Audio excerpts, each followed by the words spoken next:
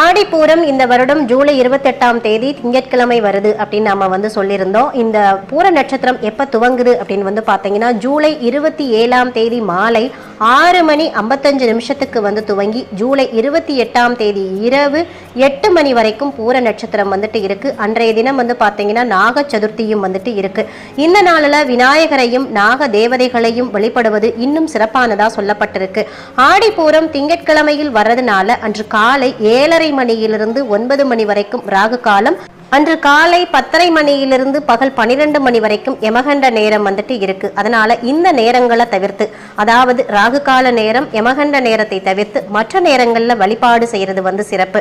ஆடிப்பூரம் வழிபாடு செய்ய நல்ல நேரம் அப்படின்னு பாத்தீங்கன்னா காலை 6 மணியிலிருந்து 7 மணி 20 நிமிஷம் வரைக்கும் நாம வழிபாடு செய்யலாம். இந்த நேரத்தை தவற விட்டுட்டீங்க அப்படின்னா காலை 9 மணி 10 நிமிஷத்திலிருந்து 10 மணி 20